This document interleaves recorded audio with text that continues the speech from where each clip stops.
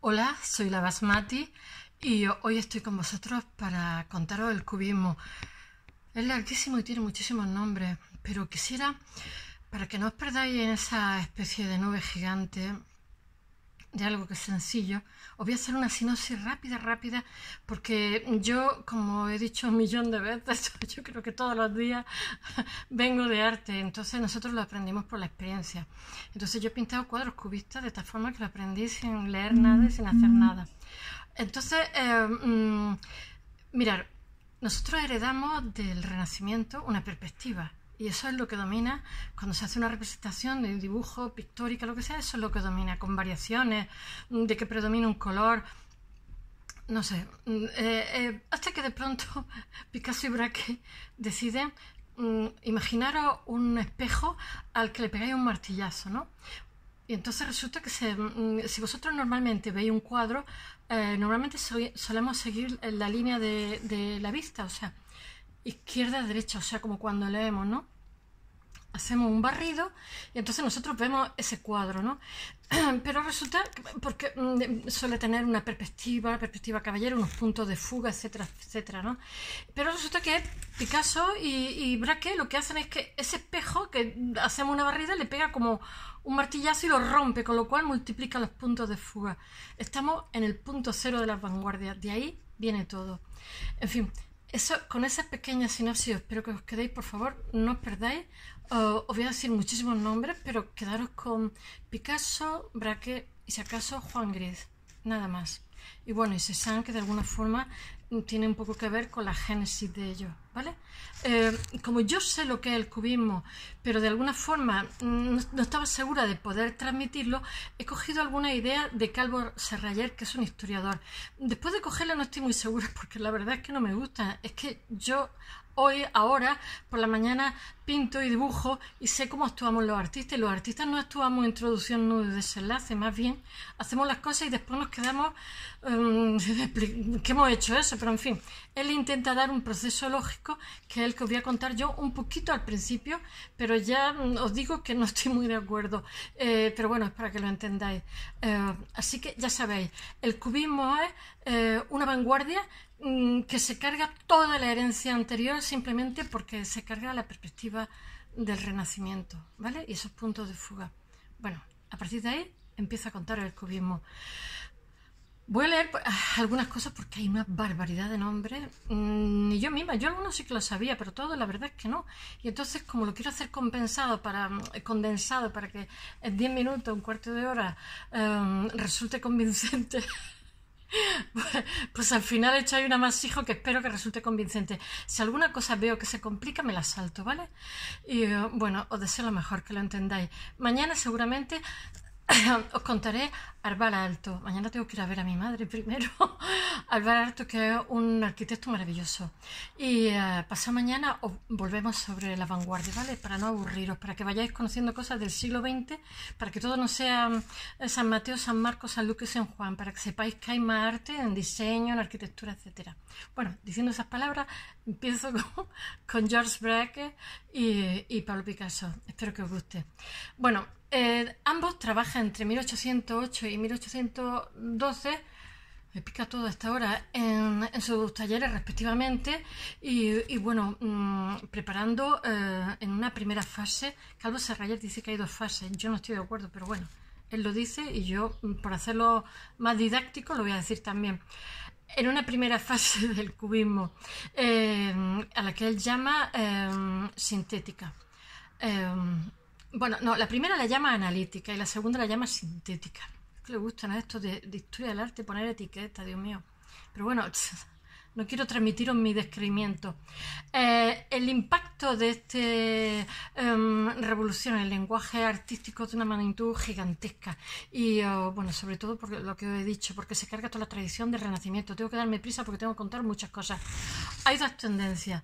Aquí sí que tengo que leer un poquito porque no me lo sé todo. Me sé algunos, me lo sabía de cuando trabajaba en esto.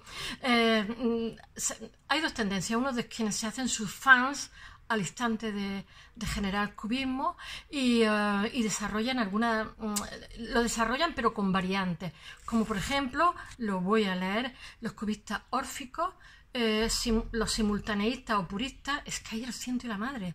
Y en segundo lugar, quienes basándose en el cubismo descubren nuevas perspectivas, como los futuristas italianos, que me encantan, los vorticistas británicos, los rayonistas me suenan a las crías de los jabalíes, los rayones.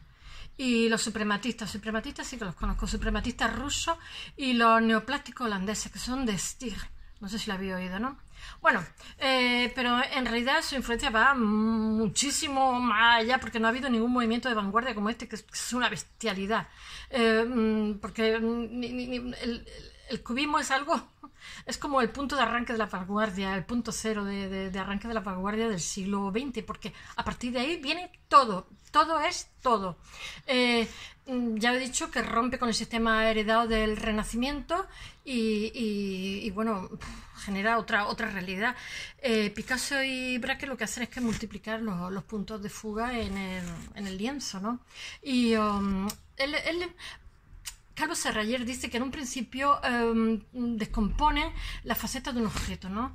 En la primera época del cubismo, y después o sea, como que la descomponen y la componen, ¿no?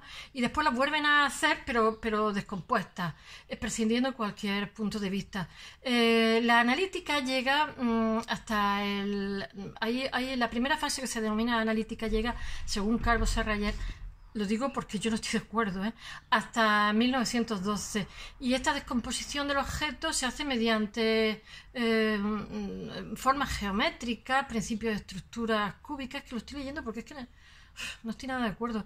Y por eso se denomina cubismo. O sea, yo pienso que todo lo contrario. O sea, que Picasso se basa en las máscaras africanas y de Oceanía, y Braque también.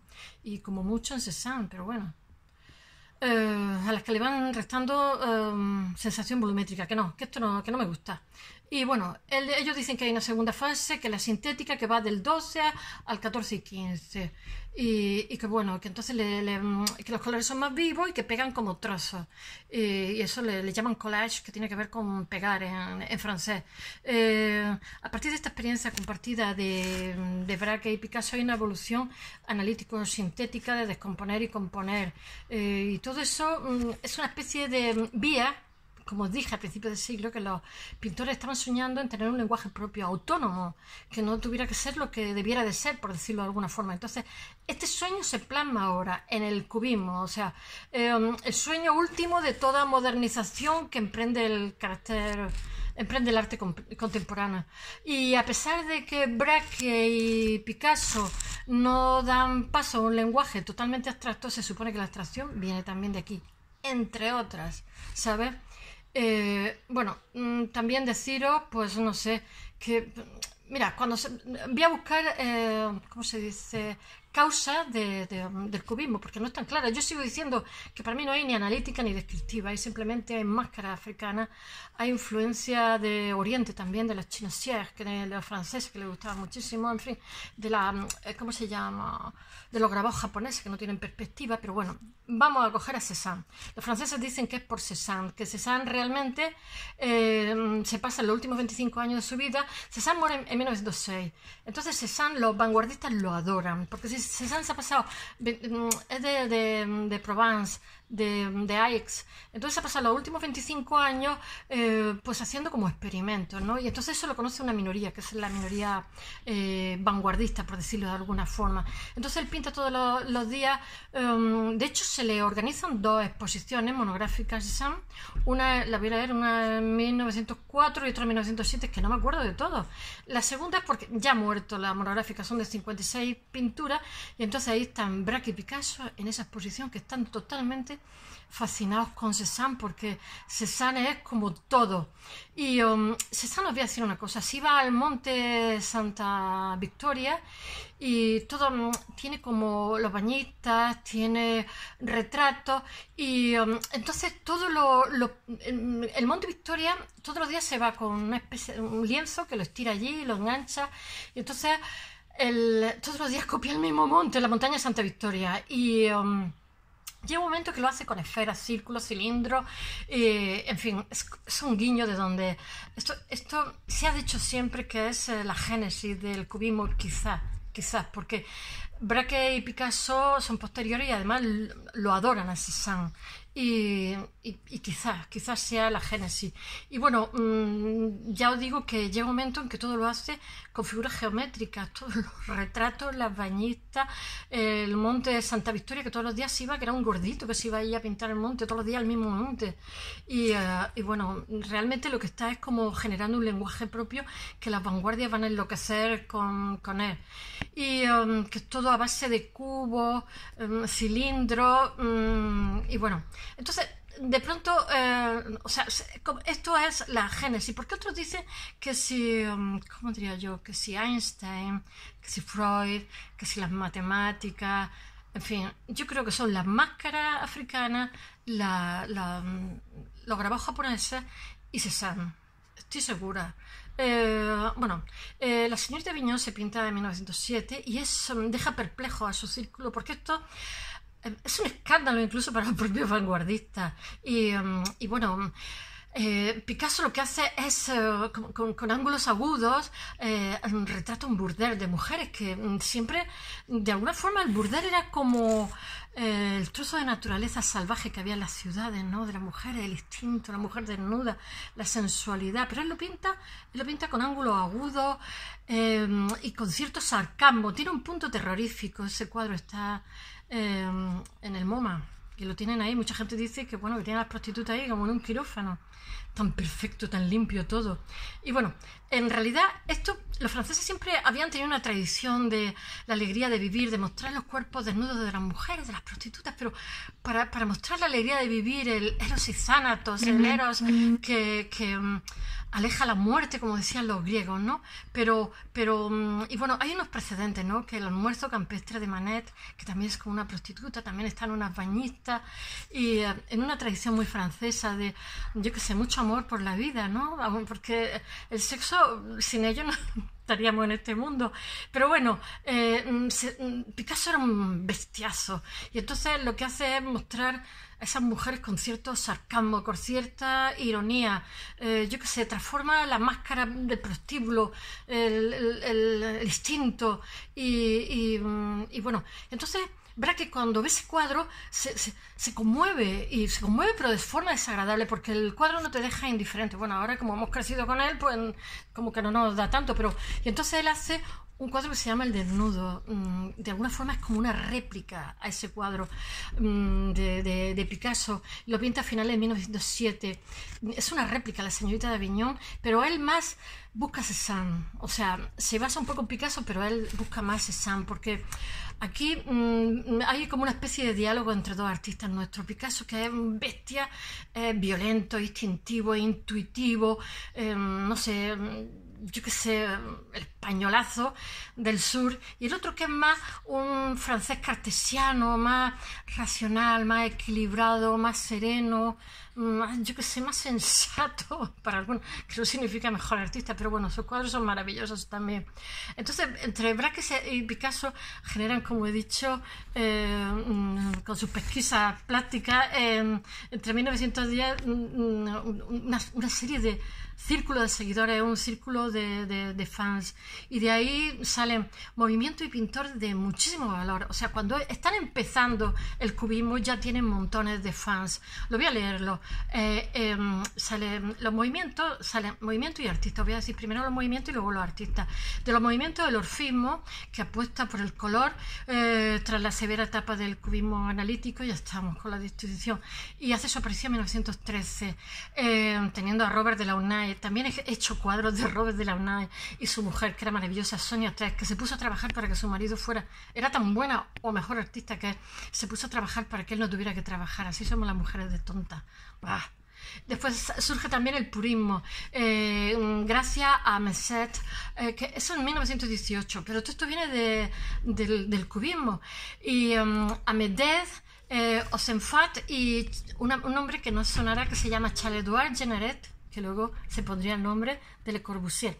Bueno, pero este movimiento es teórico. Y después, en cuanto a los artistas, maravillosísimos, está nuestro Juan Gris, que yo creo que tiene mucho que ver con la génesis del cubismo, porque Juan Gris es una figura excepcional y con una pintura excepcional. Y yo creo que es uno de los fundadores también del cubismo. Siempre se dice Braque y Picasso, pero yo creo que Juan Gris también. Y hace unos cuadros de una calidad extraordinaria. Y bueno, sobre todo hay obras de 1910-1920 que no tienen paragón. Y después hay un francés dentro de estos pintores cubistas también maravillosos que lo voy a leer porque no me lo sé, Fernand Léger, que consiguió fundar un nuevo lenguaje figurativo con una apariencia maquinal de contornos duros. Es que la verdad es que lo desconozco. Bueno, después hay otros que hacen del cubismo su vida, se convierten casi en académicos. No conozco a ninguno, lo voy a leer. Albert Gleiser, Jan Sitzger, André Lotte y Roger de la Fresnaye. Bueno, that's all. Espero que os haya gustado y os hayáis enterado de lo que es el cubismo. Besos, hasta mañana.